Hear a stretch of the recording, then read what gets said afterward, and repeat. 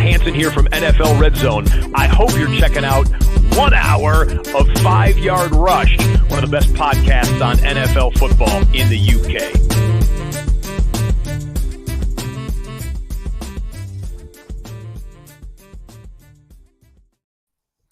Evening, Rush Nation. It's just me tonight, flying solo. In fact, I'm going to shut my windows here while I'm live.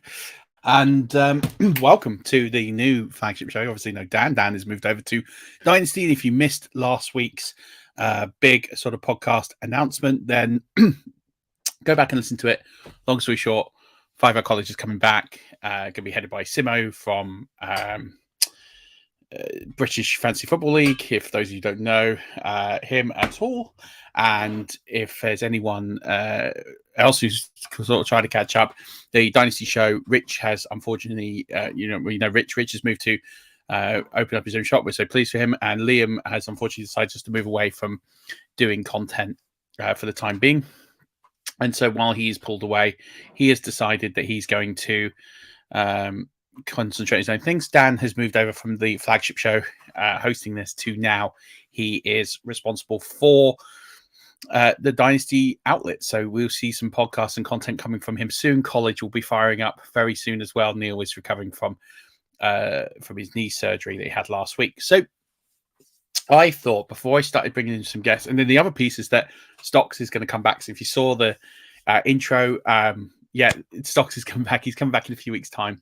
Just still working out the dates and logistics of that, but it's going to be really, really soon. So I thought before I get guests on, and we're going to do a lot of things over the next few weeks around rookie rankings and around what's going to happen with the draft, and we're going to cover this in a lot of details. I thought it'd be really good to give you my rankings, a bit of context as to where we are, where I am with this class, and thought that I would just go through and talk about each of the 4 position groups, the skill positions. So brewed some fresh decaf coffee because I can't drink caffeine. So because we're going to go through quite a bit of chat here, and I thought, well, it's just going to be me firing on and talking to you about this class and what I think it's possible for it, and then just getting you ready for those rookie drafts. So looking forward to chatting through you. Please, if you have questions, fire them away through the show. I'm happy to pick up as many as I can. I will be referring to notes. There's quite a lot of things to go through as well. So normally when I do this and I have loads of notes, I'm always over prepared. Luckily, there's some gaps in between, but because it's me firing across the audio all the time, you might just hear small gaps as I'm just flicking through. But I am well prepared to talk about my rankings and players, and looking forward to deep diving this in a lot more detail as well. And I think it's important to start with an overview of this, or an overview of this class. This class it's good, not great. There's some exceptional talent, and I think this is a real class from a dynasty perspective and from a rookie draft perspective, that if you're holding a top 5, top 6 pick, I think you're going to get a player who's going to make a significant amount of difference into your league. Superflex, maybe that goes a little bit deeper, not necessarily because of the quality of the quarterbacks, but because it will shift some good players down the board. You might end up getting to like the first sort of 7 to 10 picks where you'll get an excellent player. And then I think after that, the class kind of falls off. I don't want to say a cliff, but it definitely goes from being some really good elite talent to so, and then it really drops off to just mediocre. And I think really by sort of pick 18, pick 20, we're kind of in a muchness of players, and I'm kind of not interested. So if I can acquire some veteran talent for high thirds, low seconds, I'm probably doing that with this class, and happy to move away from it, because I think after you get to a certain level of player, you're kind of just picking guys, hoping that you break out. And there is a couple of sort of late 3rd, 4th round guys I'd keep an eye on.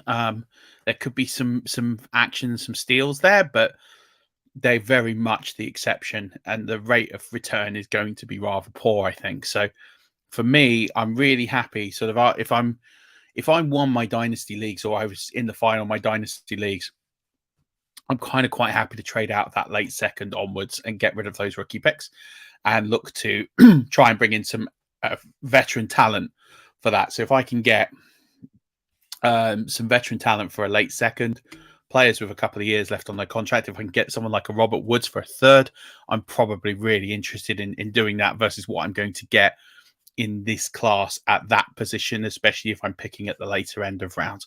If I'm struggling and therefore need to rebuild, this is a good class to rebuild from, especially if you've got some high value picks, especially the 101. But if you've got a few more, then I think you're in a good spot. And I think that's kind of where you need to settle now, because I think if you wait too long to try and shift these late picks, I think you're going to be a little bit disappointed in what you get in return. So you'd be looking at trying to acquire some players, especially, like I said, I think Robert Woods is a good player to be targeting for a late third, maybe even later if you can package. If you're in a league with 4th and 5th round picks, I'd be definitely looking to shop those out. I'll be quite happy to get out of a lot of this class because I think, again, as I talk about, and I will talk about in detail, I think there's some good players in here, but I don't think there's enough difference makers that are going to contribute either in the short or even to potentially the medium term. And listen, there's always players that shock you and surprise you. And I know people were really down on last year's class, but last year's class had some excellent running back ability, and it also had some excellent wide receivers at the top. There were 10 really, really good players in last year's draft. I don't think I can say the same about this one.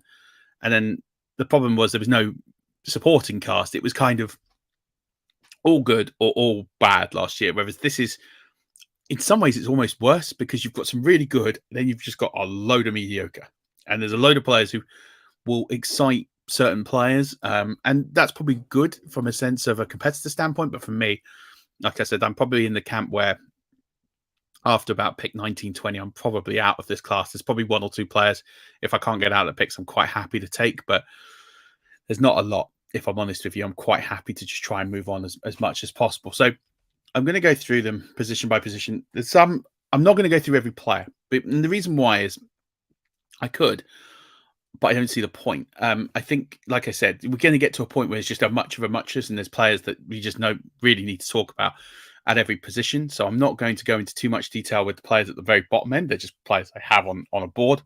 But I'm quite happy to really not go into too much detail because I either think they're not going to go in drafts, or at the end of the day, I just think they're not worth touching upon in any real detail because they're not players you should be adding to your dynasty rosters unless something miraculous happens. And again, so the other thing I should caveat is obviously doing this before the NFL draft. We don't know landing spots. More importantly, we don't know draft capital. Now, everyone gets too hyped on the landing spot. The landing spot, I don't want to say it's irrelevant. It's not irrelevant, but it's not as important as people think it is. It's actually about what the team invests. If a team is investing first-round capital in players, you know they're going to do their best to incorporate and make the best out of that. And it doesn't always work, but you know that there's going to be a significant pressure for that player to perform. And so therefore, the draft capital is very, very important. And we're looking for those players that are going, first round, especially top of first, mid first, even late first, and then top of second. And then you start to see that progression downwards. And then we know that players that are going after pick 64, they start to see a dip. And it's not always correlatory. Like we see lots of third round receivers be highly productive. There's still a lot of interest there. But we know that the further that they fall, the less interest there is. So draft capital will move these rankings quite significantly. And there's a few players that in here, based on their combine performances and just based on some buzz, I think you're going to get some really interesting views on some of this. So I think actually we're going to get some players who bots are in here. We're going to get some players who are really going to go through and surprise where I've put them, I think. And I think that's fine. I think that's kind of what this is about. And you want to check as many ranks as possible. You want to buy Rich Calling's rookie guide. You want to buy as many rookie guides. The RFP dropped today. So that's Matt Walden's rookie scouting portfolio. And I haven't read it yet. So that's something I do want to get my hands on as quickly as possible. So I've got it. I've downloaded it, but I haven't read it yet. And that probably might change my thinking on a few of these because he's one of the best scouters in the business. And if you haven't, don't know what it is, just search Matt Waldman RSP. It's about 1,100 page guide. But a lot of that is his actual scouting notes and promotions and things like that. So it's well worth going through. So it's an excellent guide. Very, very good in terms of looking at talent and really analyzing this. I'm also at the bottom. I've created these banners These are going to be for each position. I'm going to change it over so you can see the order that I'm at, but I've also got it on the screen here. So if you're listening to this podcast, in your podcast app, I am going to go through and talk about these, but I do have them on the screen if you want to watch it on video. And if you want a copy of these, drop me a DM. I'm happy to send over what my rankings are, where they stand as it stands today, and then I'll update them. I keep them updated, but I'm probably not going to do another public version of this until after the draft because things will change with pro days a little bit, where you might see a little bit of movement. Not too much, I don't think. And then, the draft, with obviously draft capital, we will revisit these and see where we go. And also some of these rankings, I have put a bit of a predestined draft capital where I think he'll go with certain players. But obviously, if a player starts to move down the board quite significantly, then that will change. So let's start with the quarterbacks. So I have CJ Stroud as my QB1. I just think for me, he's the can't miss prospect. And as much as I hate that phrase, it's kind of true of him. He is a high value prospect. He really has put in a lot of stellar performances for Ohio State. And I've always been kind of critical of Ohio State quarterbacks, but he really has been the best Ohio State quarterback I've seen in the last 20 years, probably beyond that. I mean, this guy's just absolutely phenomenal. You're talking about in the last 2 years, he's thrown 85 touchdowns and only 12 interceptions. You're talking about, a 7.1 TD to interception ratio. You're talking about a completion percentage of just under 70%. He's got all the throws. He does have a good arm. He's really good at getting the ball down the field. He's very accurate. You're looking at a huge touchdown rate when throwing the ball over 10 yards, which is amazing. 11% touchdown rate when throwing the ball over 10 yards is huge. And again, very good in the pocket. 10 yards per pass attempt when in the pocket. Everything about him is just poise, the way that he plays the game. Now, from a fantasy perspective, the drawback to why you will see Young and Richardson above Stroud in other rookie rankings is purely because Stroud isn't going to rush. He's not going to scramble. He's not going to give you any rushing yards. So there is a limit to where he's going to go. And then when you think about the type of team he's going to be going on to, which for me will be the Carolina Panthers, I'd be shocked if they move anywhere else. Lack of receivers he's going to be throwing to. It's going to be a difficult couple of years. However, for me, very similar to Justin Herbert in the sense of a player who I feel can adapt very quickly to the NFL, has that footballing intelligence, has everything that you need from a prospect to be just immediately ready to go and put up productive numbers. And I think with that passing ability he's going to put up very, very, very good numbers. I'm not saying he's necessarily going to be a top 5 at the position, but I do think he's capable of putting up QB1 numbers. I don't think you're going to see him join the elite tier, but I do think he's going to be highly productive at the position. So for me, I'm quite happy to take CJ Stroud at 1 with all of those passing metrics he's going to put up. And like I said, with everything he's got, and he plays pretty mistake-free football as well. So quite happy with that. Then you've got Bryce Young, and I've got both of these players in the same tier. I'm really not splitting too many hairs between them. I don't think that Bryce Young is as good a passer. I know Bryce Young is not as good a passer. But what he does do is he just has this magic ability to make plays. I mean, he just gets out of the pocket. He moves around. I think he plays much better under pressure than probably any quarterback in this class. You're talking about back-to-back 3,000-yard seasons, which is highly impressive considering the amount of games. Heisman Trophy winner. He just has the ability to win games on his own. He's got that very special ability. Can move around the pocket, and he's got wheels. He did scramble for. He's averaging about 300 yards scrambling per season over the last 2 seasons. So he can give you a bit of a rushing floor as well, not to the levels of a Lamar Jackson or Jalen Hurts, but definitely enough to give you a bit of a safety blanket there. I think for me, the only questions I really have on Bryce Young is just passing on. It's not even passing on the move. It's just he just sometimes lacks that bit of size. I think sometimes when getting the ball down the field, I think he will struggle just a little bit. If you look at his completion percentage going downfield, It's less than 40% when throwing over 10 yards downfield outside the numbers, which is quite low. We're talking about bottom 5 in this class.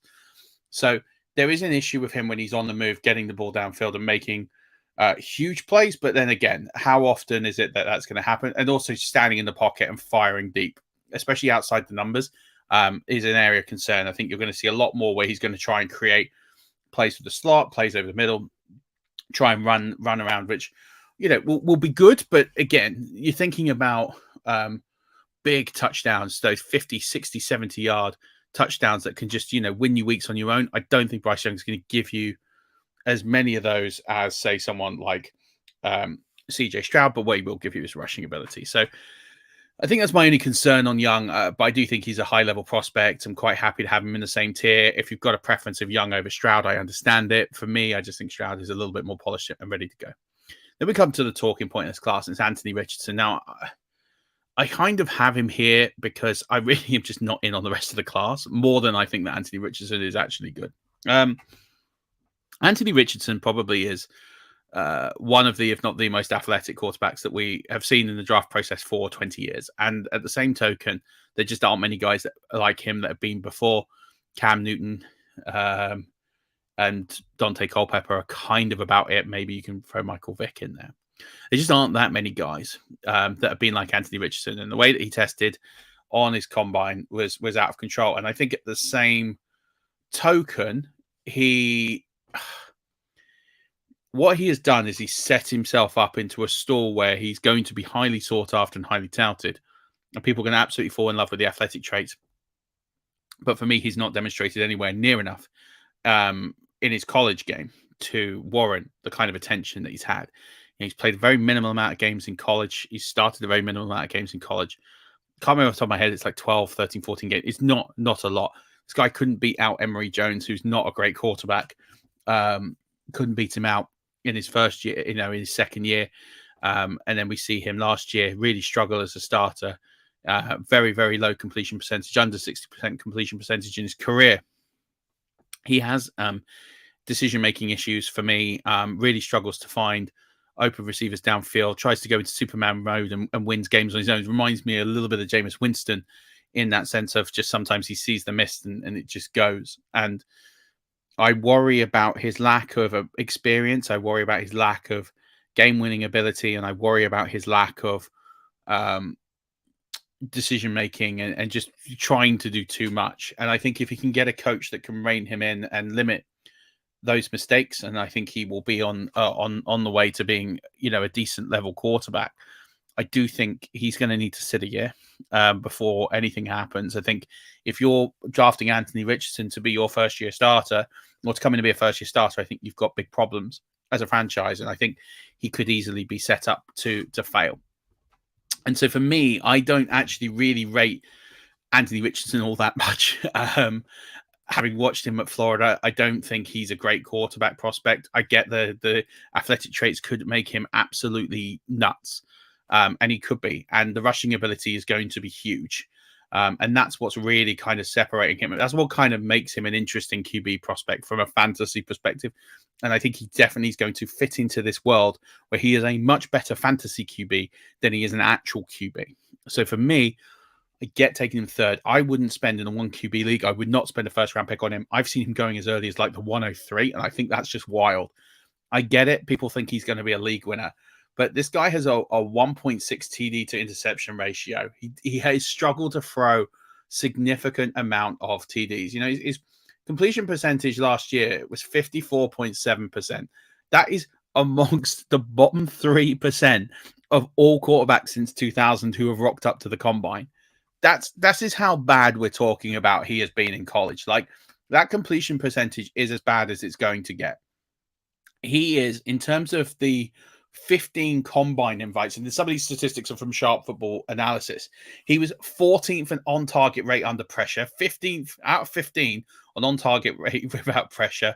Under pressure was first of all 52%. Without pressure, his on-target rate was 70%, which is just terrible. So no pressure. He's only making on target 70% of his throws. That is horrendous for this level of caliber of competition. Because how many times are you going to get without pressure throws? Inside the pocket, his on target rate was 67.6%. That was last amongst all the 15 combined invites. And then his best metric, where he was on target outside the pocket, 55.6%. And he was 13th out of 15 for that. He just has very, very poor metrics, really poor in the red zone. Lowest of anyone, 45% completion percentage inside the red zone. He just hasn't shown that he can handle significant pressure, and it's only going to go up. I know he played in a tough conference, but Anthony Richardson, for me, severe concerns. He's here purely on rushing ability alone, and the fact that he has these athletic gifts that could make him decent. But yeah, I won't be investing any draft capital in Anthony Richardson. He's going to go far too high, and it could work out. I mean, listen, people weren't that high on Jalen Hurts, and look at him now. And that story could easily play out. And I think that's what people are hoping for.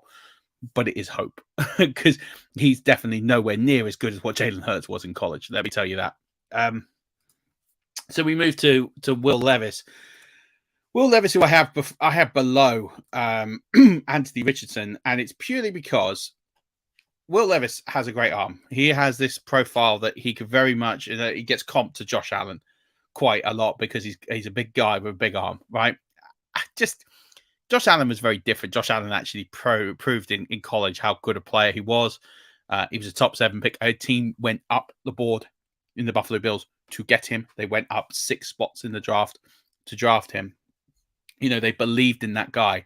I can't see someone really pounding the table that much for Will Levis. At the end of the day, he is really, as much as he's got this cannon arm, on throwing the ball downfield over 10 yards, no one had a lower on-target rate than Will Levis, only 55%. He was worse than Anthony Richardson at throwing the ball downfield over 10 yards. And he was also last in over 10-yard throws outside the numbers. So getting it out wide, 47%.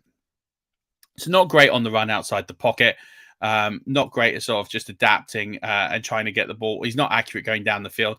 You can argue and sit there and say that his receiving core is obviously not going to be as good as what he's going to get in the NFL, and that's true to a degree. But it's just that's why we look at the on-target rate. It's just so bad. It's not great at all. The other thing is he really struggled against good opposition. So his stats are, you look at his stats and you think they're okay. They're not outstanding. They're not brilliant. But actually, when you sit there and take the fact that most of those were padded against non-Power 5 teams, or non-Power 5, it's non-Power 5 teams. When you sit there and look at what he did, his completion percentage against non-Power 5 teams was nearly 70%. It drops to 64% against the Power 5, which isn't terrible, but it's not great. Yards per attempt drops by nearly 4 yards. His touchdown rate splits in half. He goes from a 10% touchdown rate to a 5% touchdown rate. Everything starts to decrease when the level of competition goes up. And that's a big concern for me because the NFL is a huge step up from Power 5. So you're sitting there and I'm looking at Will Levis. I just don't see enough from Will Levis. Again, I think he's coachable. I think he's a good guy. I think character-wise, all those sorts of things are going to be good. But I do worry about the fact that he just doesn't make enough big plays. And then also on the other end, he takes far too many sacks. He takes far too many sacks. He does that in the NHL. In the NFL, he's going to get dropped because you can't afford that many big plays, that big negative plays. He had some huge negative plays in his last year. And I think that's just, we're looking at what he's capable of, and he has some athleticism, but you're looking at the big plays that he gives up through interceptions, through taking sacks, through negative yardage plays where he gets brought down behind the line of scrimmage. And that's a huge concern. And I think for me, Will Levis is going to be one of these players that he's going to need to land somewhere to be good, and then he's going to need to be given time to be good. And I'm not sure he's going to get both. There's talk to him being a top 10 pick. I just don't see it. I don't see him. I mean, it could happen, but I don't see it. I think if we looked at last year's class and everyone was mocking all these players to go in the first round, and I think people looked at the desperation of it. I think people are going to look at Will Levis and think, no, I don't think I can see Will Levis even going in the first round. I think if he does, it's going to be mid to late first round. But I don't think he's a first round. I mean, he's not a first round grade quarterback for me, at least. And I think he is a significant risk to falling out of the first round. And I think if he does, then this tier breakdown could break down even further, and he could move back significantly more. Which brings me on to my next prospect. It's Hendon Hooker. Now, we're looking at a prospect here. I've got him in the same tier. And actually, for me, I personally think he's probably a better quarterback than Will Levis. I think he's shown, you look at his metrics, you look at what he did at Tennessee, and you look at the character, and I think all of a sudden, I think there were some really, really good points to Hendon Hooker. We look at what he's done. We're looking at the fact that he has got rushing ability. In his career, rushed for over 2,000 yards on the ground, 25 touchdowns on the ground. He threw 58 touchdowns in his past couple of seasons, just 5 interceptions. He doesn't turn the ball over. Decent yards per attempt, decent TD to interception ratio, decent completion rate, completion rate, 67% completion percentage rate. That's decent. He's calling me a Gator homer. I can't stand. First of all, I don't think Anthony Richardson's good, so I don't know if you can give me that. Until we're talking positively about a Tennessee quarterback, so we definitely in that territory. So for me, yeah, I'm looking at Hendon Hooker and I'm thinking Hendon Hooker is definitely a player that if he didn't have these 2 red flags, would be higher up the board for me. But these 2 red flags are big. One's medium, one's big. Let's go with the medium one first. ACL. Coming off ACL surgery in December, right? So he had ACL surgery in December. That means minimum he misses 6-7 months. If everything goes brilliantly and he is a medical marvel, we're looking at a 6 to 7 month recovery time. That puts him right in the window of camp. So he's going to miss rookie camp. He's going to miss all that installation period. He's barely going to be walking through camp. I don't think you'll see him in preseason. So when you take all of this fact that he's someone who potentially is not going to play this year, because he's not going to play in rookie camp. He's not going to get to rookie camp. He's not going to do OTAs. He's probably not going to make the preseason. Realistically, he might make the tail end, but full contact after 8 months of surgery, I'm not sure. I'm not sure. It could happen. I'm the one that says, hey, don't just take the 9 months as gospel. But at the same point, I'm not sure. I'm not sure he is going to be fully functional in preseason. If he's not functional in preseason, you're writing off 2023 because he's not. He's not taking first team reps at any point. He's going to be with the scout team, and he's taking second team reps wherever he goes. So that's the first concern. That's quite a big one. And then he's coming off an ACL. That in itself is always a bit of a worry, but not what it used to be. But at the quarterback position, is that affecting his mobility? What are we going to see? How good is he going to come back from that injury? If you think about how wild people were about Tua and his injury, Hendon Hooker's injury is a lot worse, and he relies on that mobility a lot more than Tua relied on his mobility. So we're sitting here and we knocked Tua down board significantly because of his injury concerns and always being injured. Hendon Hooker has a far more severe injury, and he's far more reliant on his mobility than Tua was, and yet people are still moving him up boards. I don't quite get that for me, but whatever. We'll let people make their own decisions. The second one, this is a huge one for me, is he is old. He's old for a prospect, okay? Hendon Hooker is already 25. So he's already coming into the league, and there are quarterbacks, a number of starting quarterbacks in this league who have been here for a few years who are significantly younger than he is. So he's already quite an old player. Now you're going to add into the fact he's probably not going to play next year. So he's not going to play until he's almost 27, realistically, in the NFL. That is old. Then you add in the time it takes to adjust into the league. You add everything else. That is a huge red flag for me. How many quarterbacks enter the league at 25, 26 years old and go on to be a success? Forget the quarterback, it's just any position. It just doesn't happen. He's such a late declare to the NFL draft. He's so late. Late breakout, late declare. That's a huge concern because of the amount of time, especially at the quarterback position, we have seen generational talents come into the NFL and take time to adjust. Trevor Lawrence. Trey Lance, again, has not even really fully adjusted. Now, there's been injuries and all of this, but all these players, very rarely does a player really come in and truly knock it out of the park at quarterback. You get a few exceptions. Justin Herbert, very good in his rookie year. Joe Burrow, very good in his rookie year. But even then, they weren't putting up these monster, ridiculous numbers. They continue to improve. When a player is 26, 27 before he's going to get on the field, and then you expect him to improve. He's going to get to 30 before we sit there and think, okay, we're at this point now where he's now starting to get to the level he needs to be consistent. But he's already, I don't want to say he's in the decline, but he just doesn't, he's not going to have that many years. And that's a huge concern for me. I think the fact that he might miss this year because of injury, or he's at least going to miss the majority of it, that's huge. And I don't think enough people are talking about this. People keep talking about Hendon Hooker and what he did last year and that Josh Heupel offense. And yeah, it was great. And listen, he's definitely a very good player, but there are too many red flags for me. I've gone in with Levis because I do think he's probably a better quarterback than Levis, but those red flags are huge for me. And I think Levis at least is going to get the time to potentially, if he lands in a half decent spot, I mean, Will Levis is going to be 24, so he's a year and a bit younger. But, you know, you look at these other three top quarterbacks, they're all 21 years old. You know, CJ Stroud, Bryce Young, Anthony Richardson are all 21 years old. So Hendon Hooker's already given up 4 years to the rest of the class. It's a lot. It's a lot of years you're giving up. And I do concern myself slightly. There's talk he's going to be a first-round pick. I can't see it. I definitely can't see Hendon Hooker being a first-round pick. Not with the ACL. It's going to take someone to literally fall in love with him. Maybe think, okay, we'll trade up late and get the fifth-year option because we really love him. And that could happen, but I can't see it personally. I think he's a second-round pick. Like I said, if he didn't have the ACL, I think he'd probably go above Levis. But he does, and that's a huge thing. So I've got 5 other names on here. Bennett, Duggan, Toon, Hall and McKee. You don't need to worry about them. They're either going to go on draft or they're going to go very, very late. They're not worth any investment or draft capital at all. So you can kind of skip past them. They're not really overly important to look at from a fantasy football perspective. So that's where I've got them 1 to 5. But for me, draft capital might move Hooker above Levis. I really can't see a lot of movement in the others. I do think the CJ Stroud is going to be the 101, and that will keep him where he is for sure.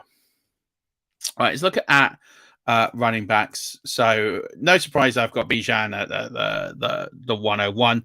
I don't think that's going to shock anyone. I don't think I need to probably go into too much detail about just how good this guy potentially is going to be. He's going to be absolutely phenomenal. You know, at this point, you know, he's still quite young, still 21, so he's going to have time. He's just turned 21, so he's going to have time. But you're talking about 7 yards per touch over 3 seasons. Probably the best prospect we've seen in the last 5 years, probably since Saquon. You know, ridiculous. Last year, he had over 1,000 yards after contact, which is just absolutely crazy. And according to PFF, he broke the record for the most missed tackles in a season in college, which is just phenomenal. Great receiving profile. Nothing is, listen, he's just miles ahead of everyone in here. In all formats, for me, he's the 101. Having said that, the risk here on Bijan is his value is never going to go any higher than it is right now. You could probably trade your 101 for something extremely premium. And I always like the quantity of the known versus the unknown. Bijan could be anything, right? But if you look at Saquon Barkley's career and what you've got out of it right now, and you could have got 2 or 3 really big pieces for your team, you probably would have traded them. Like you probably could have a few years ago could have got Cooper Kupp and a couple of other pieces for Saquon Barkley, and you probably would have done that trade. Especially looking hindsight, would have been better. So have a think about what your team needs. If you can get yourself 2 or 3 excellent pieces for the short, medium, long term for Bijan Robinson, I'm probably doing it. Just because I think his value is never going to go any higher. We know he's going to be the first running back drafted off the board. We know he's going to go in the first round, more than likely. We know he's going to go to a team and he's going to get a lot of opportunities. But what if he doesn't get as many opportunities as we expect? What if he, you know, gets stuck in a backfield and he's in a competition, or it takes a bit of time to get going? What if he has a Liz Frank injury like Travis Etienne and he misses his first year? And really knowing you're only going to get 4 or 5 really productive, highly productive years out of Bijan Robinson. And you lose one of those to a Liz Frank or an injury, a freak accident injury. I get that's part of the game, right? And you shouldn't always think about the injuries, but given a running back position, I think if you can get some really good pieces, I probably would trade out, because I don't think his value gets any better than it is now. I don't think it gets any higher than it is now. I think he'll be an excellent player. Definitely think he can smash it. Definitely think there's nobody even close to him in this class. So, but I think, yeah, if you can get yourself something really spectacular for the price, I would be looking to cash in. Right. So then we go to Jamar Gibbs. Listen, Jamar Gibbs is phenomenal. He's going to be a very, very good player. Any other year, he's probably the 101. He gets comped to Alvin Kamara a lot. I don't really see that. I see more an Austin Eckler kind of profile with him. Great receiving profile, 3-down back, decent size. Really, everything about him is just absolutely class. He was getting over 3 receptions per game in college, which doesn't sound like a lot, but in the college game, that's quite significant. It rises every single year of his career. And also I think with what he does, he just has this ability to do quite so much. He's quick. You've got to remember he was also a kick returner in college. So he racked up a lot of returning yards as well. He really never left the field. He worked hard, didn't get that many injuries. I think for me, he's going to be a very, very high floor-based player in PPR formats. He's going to get a lot of receptions. He's going to get a lot of work. I think for me, he's someone that I would be highly interested in acquiring. Again, like I said, it's very similar to this Austin Eckler sort of profile. I think that's for me where the comp is quite similar. So, really interested in acquiring him. He, for me, easily in a tier of his own. Without Bijan, he'd be there. So then we go to Zach Charbonnet. Again, stuck in the timeshare to begin with, but actually I think he does really well when he breaks out. I really like him. I think for me, really good downfield runner. Would have liked to see more receptions, but when you look at the way that he could sort of break out and have that home run threat, PFF said that over 12% of his carries went for 15 or more yards, which easily led this class. He was second in this class to Bijan. So, he's got that home run threat. He's got that speed. He's got that ability to really sort of breakout plays, gets a lot of first downs, gets a lot of touchdowns. Nearly 40% of his runs in last year were either a first down or a touchdown, which is highly productive, especially if you're in a league which scores first downs. He's going to get a lot of those. So I definitely love that. So Mark H saying, absolutely trade away 101 in Superflex, and then Charles is number 2. Yeah, I can understand it. I really like him a lot. I mean, personally, I have Gibbs. I just think Gibbs has a much safer floor, but I do think Charbonnet can definitely break things out as much as possible. And I do think he's someone who has this great ability to, find the end zone. And especially if you're in a league with points per first down, that could be a really interesting flip. And I could probably be more swayed to switch Charbonnet there. So look, I really like him. Great profile, great size. He's got to get his draft capital is going to really determine where these two land, but that's kind of where I am. Then for me, I think you're starting to see a sort of significant decline here. Once you take these 3 out, I have them in very, very different tiers to most people, but really draft capital is going to move this so much. So I have Sean Tucker next, which is going to be controversial to a lot of people, but because of the fact he wasn't as good in his last year as he was in 2021. In 2021, he amassed 1,750 yards and 14 touchdowns. He racked up 1,300 yards and 13 touchdowns last year. But he did have slightly less opportunities and slightly less touches.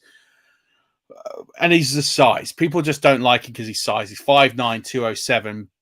And he didn't test at the combine. And I think that's why people were down on him, because he's the fact he didn't test at the combine. But I look at him and I think in terms of what he can produce, especially receiving targets, really important in the passing game. He does get the ball in his hands. He is used exclusively on all 3 downs. His receiving profile from everybody else down in this is better than everybody else. And I'm thinking of this from a PPR perspective. That's what most people play. I think Tucker has more paths to be relevant and a decent contributor than I think anybody else. It is an absolute, and Mark sort of says it best here, it is an absolute lottery here. At this point, anything like this can move. I don't think the landing spots are all that significant unless you're really stuck behind a number of players. But I definitely think the draft capital is going to shake this out a little bit. But I do think Sean Tucker has probably the highest ceiling of everybody left, and that's kind of why I have him ranked here. I think after that, everyone here is kind of very similar. So like after this, I've got Tank Bigsby. I like Bigsby, decent size, and that's what I do like about him. Again, he's a bit more of a traditional sort of throwback. What I do also really like about him, really good on short yardage carries, and getting those sort of first downs and touchdowns, 78.3%, which put him, quite significantly highly ranked in this class of getting it from those short yardage or those 3 yards onwards, was getting those first downs, touchdowns. And that's going to be significant. That's going to be his role, because I can see him being a goal line back. So for me, Bigsby's the sort of player, if I'm sitting there thinking chasing touchdowns and touchdown production, getting those goal line carries, Bigsby's the guy I think now from everybody else who's going to get. If I can see anybody getting double-digit touchdowns from Tucker, from Tucker Bigsby downwards, Bigsby's the only guy I can see with a significant chance of getting double-digit touchdowns in a season, unless he somehow ends up in a backfield on his own. I don't think any of these guys are going to be workhorses. I don't think any of these guys are going to be 250 touch players. I just don't see it. I think they're going to be 200 plus, 200 maybe slightly more. Maybe injuries and clearing up backfields might help, but I don't see them going anywhere more than that. And that's where this lottery is. More of these are sort of like 1A, 1B backs, satellite backs, third down, change of pace backs, 2 minute offense, 2 minute drill backs. I don't think you're going to see too much separation here. That brings us to Chase Brown, slightly older. This is the knock on him. He's coming in 23 years old. That's quite old for a running back, late developer. So you're thinking about, I don't want a running back on my roster really over 27, because unless the Derrick Henry is probably the only exception to this rule right now, because they just really fall off a cliff. If you look at the statistics from age 27 onwards, they're very rare does a player become highly productive after that. So for me, the fact is I'm looking at him going, well, he's already 23. He's done at the end of his rookie contract anyway, but if he even gets to the end of his rookie contract. So yeah, a bit of an issue there with age, but I think other than that, what I do like is he got a significant amount of his team's work, especially rushing yardage, over 3/4 of the rushing yardage. He got nearly 40% of Illinois' total yards last season, which I think is amazing. 60% of his team rushes, so opportunity. He carried the ball a lot, Chase Brown. He carried the ball 355 times last year. I mean, the other concern is tread on tires. Absolutely could lose the tread on tires. But I also think, he's not missed that many games. He's got decent speed, decent explosion, a very good explosion score, actually. 96th percentile explosion score with his vertical and broad jumps. So he's got pace. I just really I think he's someone who could break out and do something here. I've got him behind Bigsby. I've got him ahead of Vaughn and Akane, but I think at this point you kind of throw a blanket over the rest. Akane is someone who, Akane's going to get a lot of publicity because of his 40 time 4.32.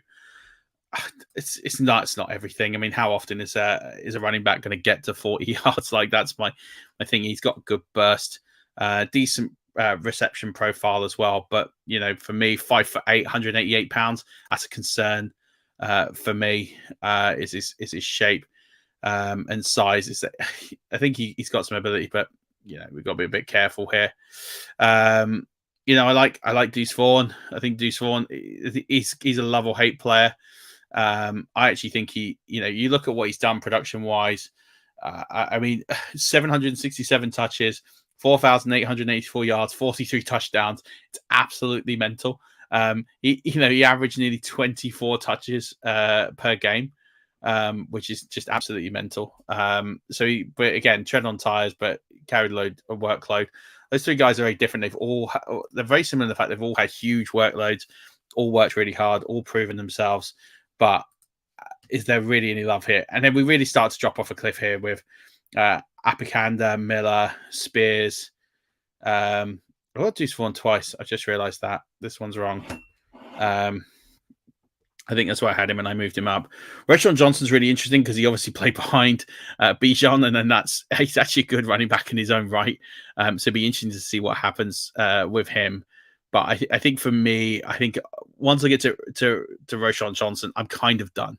I'm not really interested in taking Kenny McIntosh. Is probably the only guy I would sort of fourth round, might spin up for a laugh and see what happens, because I think there's just something about him I genuinely quite like. But for me, I, if I'm honest, I don't really want any of these players outside the fifth tier, except for Roshan Johnson. These guys' draft capital, I think, would be slightly too much for me in terms of rookie drafts.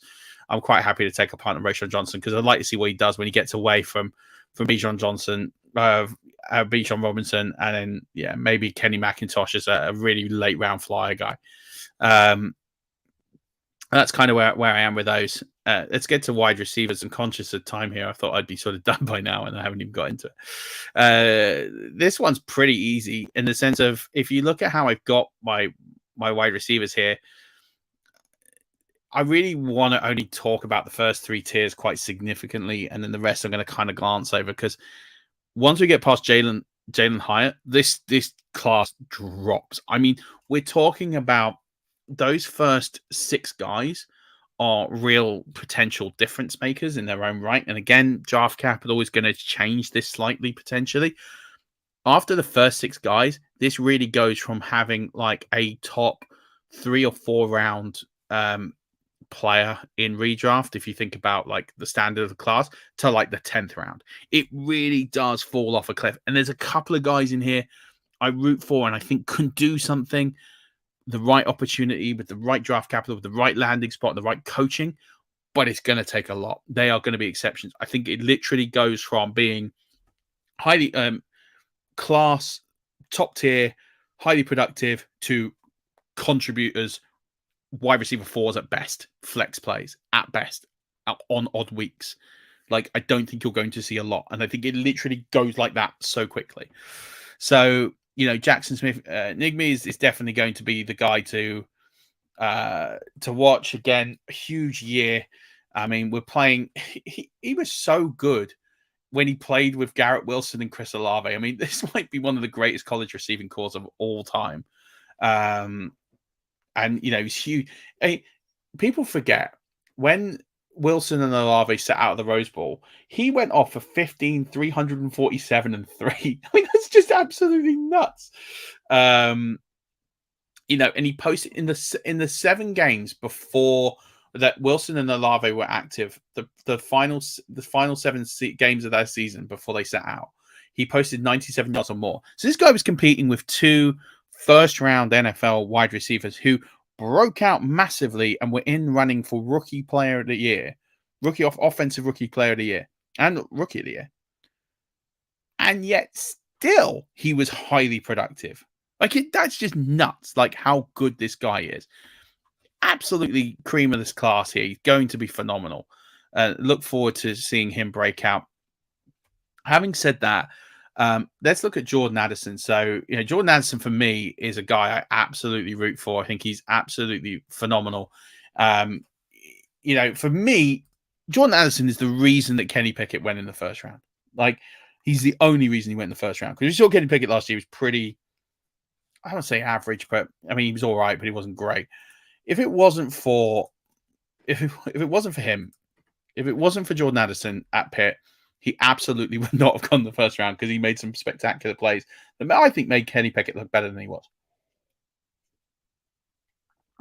And so for me, Jordan Addison's just got everything I love in a receiver. He is small, like he's really, really small. But outside of that, I'd say small. He's not that small, but he is 5'11", 173. But he has got, decent speed. He didn't test well at the combine. I think there's going to be some question marks about him. He didn't put up significantly athletic scores, and I don't think that's his game. I don't think that's a big worry, given the fact that he has produced so much in college, and given the fact that he has been as good a player as he has, and he's produced, and he's got all the tape to prove it. I think that's going to help him enough to be fine. But I think that's why I like him. I think I like him because I think people are going to be so down on him because of his combine. I think people are going to look at him and go, okay, well, he didn't do well at the combine, therefore he's not going to be great. And actually, I think, to be perfectly honest with you, I think bring it on. If he slides down boards, I'll be delighted, because I think he's going to give you everything that you need. I just love players. He barely drops a ball. Like he had a 3% drop rate. I mean, that's phenomenal at this level. I just think for me, he's got everything I want. Would like to see maybe a little bit more from the contested catch. That is one area for me that I think he does struggle, but I absolutely think him alongside with Quinton Johnston are kind of like the best of the best.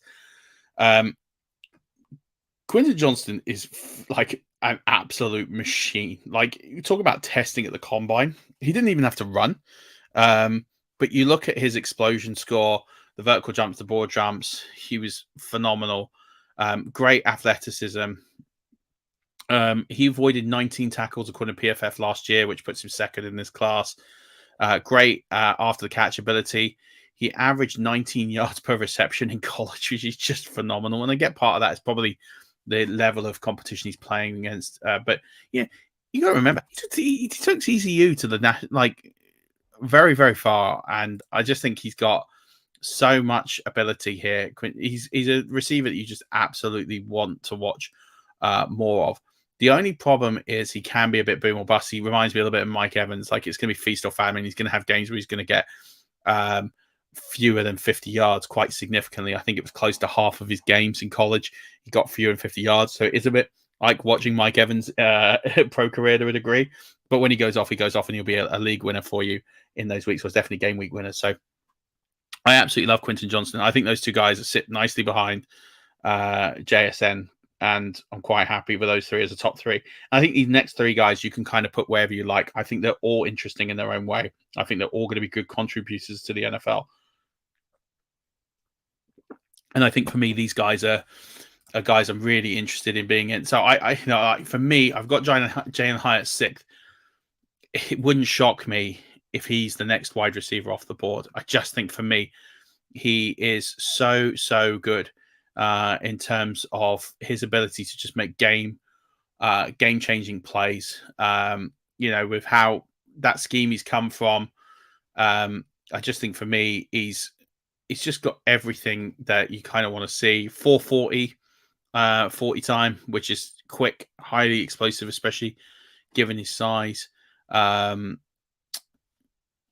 He doesn't have that because he's such a good route runner. He doesn't actually have that many contested catches because he just always seems to be in the right place at the right time. And he's such a polished route runner. I really like Jalen Hyatt, and I've kind of started at the bottom of this list, but I'm a big fan of his. I've got Josh Down. I've got Zay Flat. Again, I could kind of put these guys anywhere. They're really all in a similar tier for me. Zay Flowers' biggest knock is age. Like, he's coming into this age 23. He's old. It's a late breakout. Someone you would have liked to have seen come in probably a little bit earlier. He's a good slot receiver. Played in the slot almost a third of his snaps. Doesn't have a huge yards per route run, which is a bit of a knock on him. But then I guess you get that from being in the slot.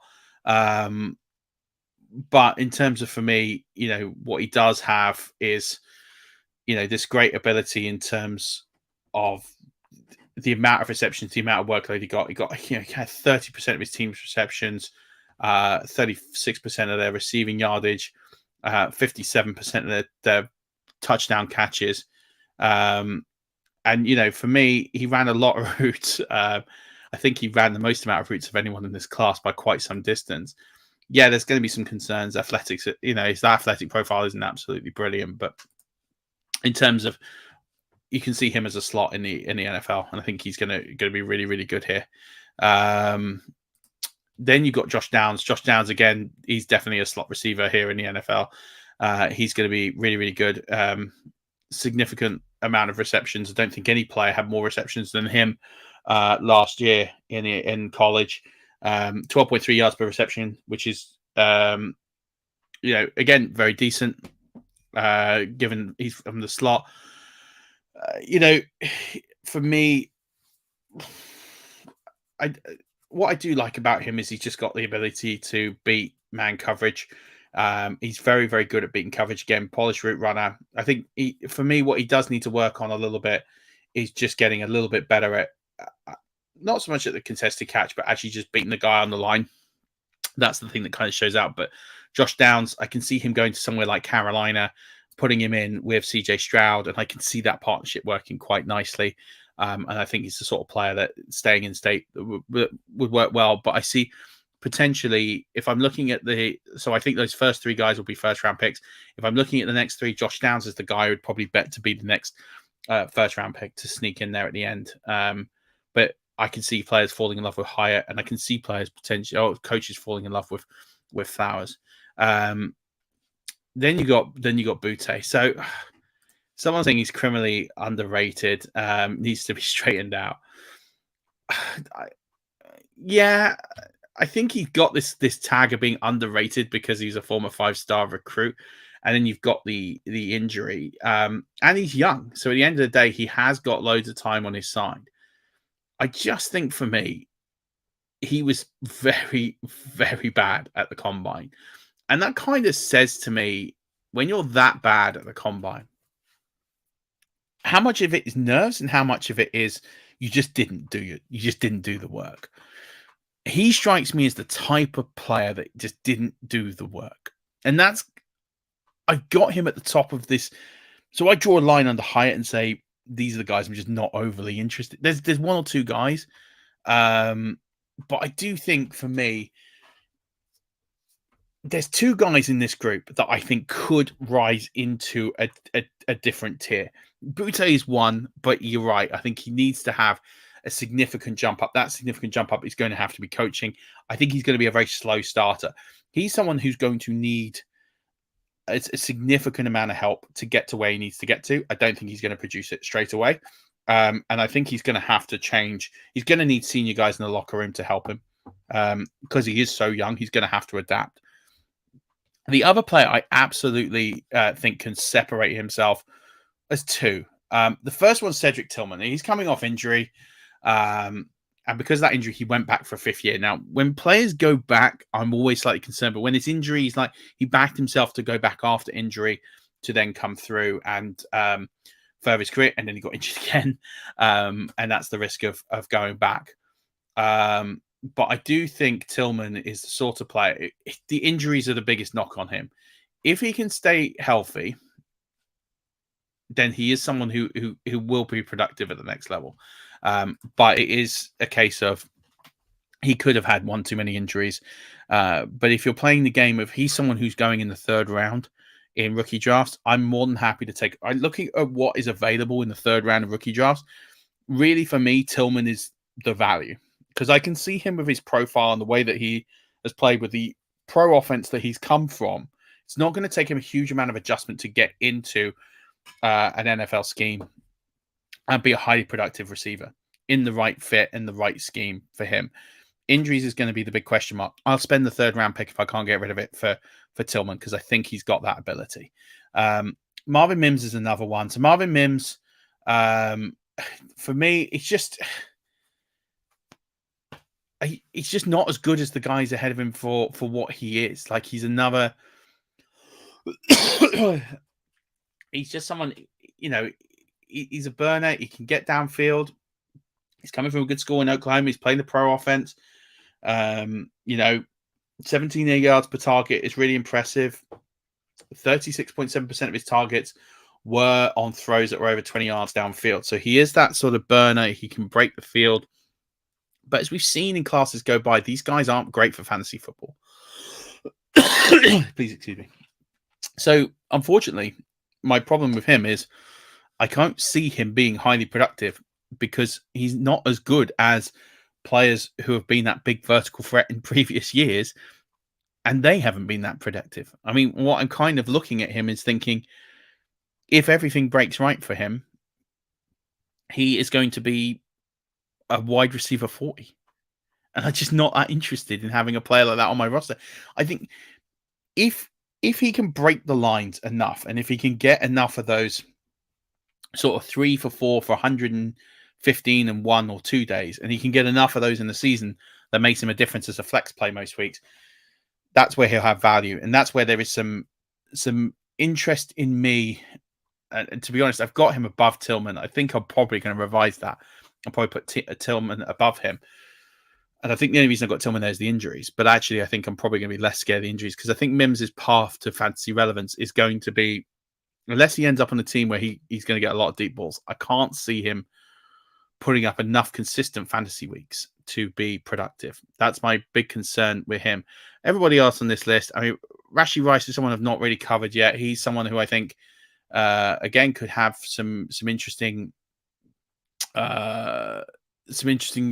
times, and I like the fact he's come from SMU. They didn't tend to produce quite good wide receivers when they are this high in the class. Not the quickest guy, but he is explosive. He does have decent. I mean, he has decent ability, like in terms of getting downfield. Hasn't played much in the slot. Be interesting to see where they project him to be. I think he's an X. Whether or not they're going to play him in the NFL as an X, it remains to be seen. Partly just due to his size, but it'd be interesting to see what happens with him. 6'1", 204. He's kind of that classic X size for me. So I'd like to see him be an X, and I think he's someone who could potentially, again, looking at that sort of tier 4. They're the last players that I find kind of acceptable in this class, with the potential of going up and doing something. I draw the line under Rice and go, yeah, I'm just not interested in really anyone else below this line. There just isn't anyone else that kind of does it for me here. I've kind of got them going down in tiers of 1, but even Jaden Reed, I'm not overly bothered about. So where I'm kind of sitting is, if I can't get one of these first 6 guys, you're probably taking a punt on someone in tier 4, but I don't really love it. Like, it is a gamble, and I wouldn't want to draft them too high. After that, I'm probably not interested at all. I'm going to blitz tight ends. They're not really that interesting other than the top 3. I've got them all, or top 4, sorry. I've got Mayer over Kincaid. Some people have them level. Some people have Kincaid ahead. I kind of just think Mayer's done enough for me over time to prove that he's a great tight end prospect. But we know that these guys are going to struggle to contribute fairly quickly. But I do think Mayer can line up anywhere, and I think with his receiving profile, is good enough to go anywhere. Kincaid, I think, is interesting. Washington and Musgrave. I would watch out for Sam Laporta. I have him kind of in this tier 4 as 6. He might be sort of my really late round guy unless someone else falls in love with him. I just think Iowa produce really good tight ends, and I really like them. I'm not going to spend too much time on here. I think you can draft any of the first 4, maybe even any of those guys on there, but I wouldn't overpay. Mayer's going for like a late first, early second. I'm not sure I'm paying that, but I mean, I've done mock drafts where I've taken him depending on team need, and to be honest, the way that the tight end position is flaming out, maybe you want to gamble. I think anything after, it's a hard one. I don't think I'd pay the first on him, but then I look at the players that you could be getting there at the end of the first, and if you're not taking quarterbacks, then yeah, I'd probably not. I look at those 6 wide receivers. I look at the first 4 running backs. They're the 10 players. Those 10 easily go over Mayer for me. I'd probably look at CJ Stroud and Bryce Young if I needed quarterback. Would go over, and then for me, it's the decision of, do I gamble on someone like Anthony Richardson over Mike Mayer? You're not going to have to make that decision, because people are going to draft Anthony Richardson at like the 103 for you, and then that decision will be gone. So I'm looking at Mayer. It's sort of like the top of the second is okay for me. I think anywhere there. I don't think I'm paying the first round for Mayer. Kincaid and Washington, I'd say sort of mid to late second, if they're getting there, would be the sort of price I would pay on them. If not, I'll try and see if I can get Laporte. Laporte's the one that really interests me. I think, looking at the Iowa background and the tight ends that they've produced in the past, he's someone that I would be really interested in seeing. If you can get him in like the 4th round, he would interest me significantly as taking as a late end flyer. But again, we know with the tight end position, these guys aren't going to make huge amounts of difference. There's no point looking at them as generational talents. There's no point looking at them as difference makers. We've seen this with Kyle Pitts, who's probably the best tight end we've seen in college over the last 10 years. Still hasn't really done it. And you could sit there and blame the quarterback position or whatever you like, but the quarterback play, but it doesn't matter. It is what it is. I think that this class is better than last year's class. I think that you'll see Mayer and Kincaid and maybe Washington be somewhat productive, but I think it's going to take some time, and I think you're going to have to be slightly patient on that. But that's going to conclude my rookie rankings. Hope you've found it useful. I'm happy to sort of share them out with you. I might move Tillman up before I share them out. I just think I'm probably slightly high. This is what happens when you verbalize your thoughts out loud and you're talking to people. I'm doing a show like this. If you, I've done the pod more from a video perspective, so do log on and see it. But yeah, if you're listening along, why don't you get to the well? Hopefully, you've asked for the rankings and can listen along with the rankings on the screen. I'm happy to share them out to anybody. If someone wants a copy, then just let me know and I'll send you a copy. That's going to do it this week. Next week, I will have a guest. This is just a solo pod. I just thought, as we're going to talk about rookies over the next few weeks, I think it was important for you all to understand what my feelings are in this class, where I've got players. I want to hear dissenting opinions. I want you to cheer for a guy. I want you to say I'm too high on someone, too low on someone. It'd be really good to hear the debate and see where people are lining up. I learned a lot from those discussions, and I probably might even make changes based on them if someone can convince me to. Make some moves, and I definitely will give credit as well. But thanks very much for tuning in. If you haven't subscribed to my brain dump, do that. I've got content coming out every day at the moment, or every weekday, not every weekend day, but coming out at the moment on that.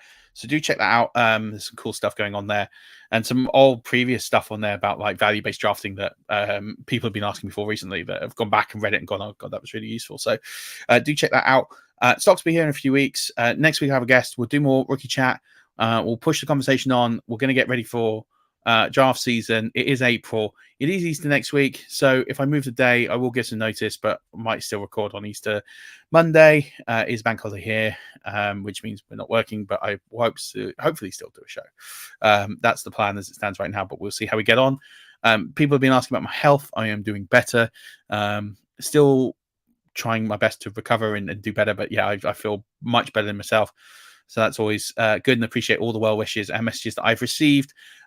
Really humbled by the messages that people sent to me about the changes and stocks coming back, and that's amazing. I hope people enjoy the new content we're going to put out. I hope people really enjoy what we're going to be doing over the next few weeks and months for the rest of this season. I can't wait. I know others can't wait either, but I hope you found the show useful. It's been the last time, hopefully, in a while, unless you subscribe to the Patreon, where you'll hear me just talking at you for an hour. But appreciate the interaction from people, and appreciate all of you for getting in touch. And I look forward to hearing from you all over the coming days and weeks about rookies and questions and all of this. But until then, as always, Rush Nation, don't forget, keep rushing.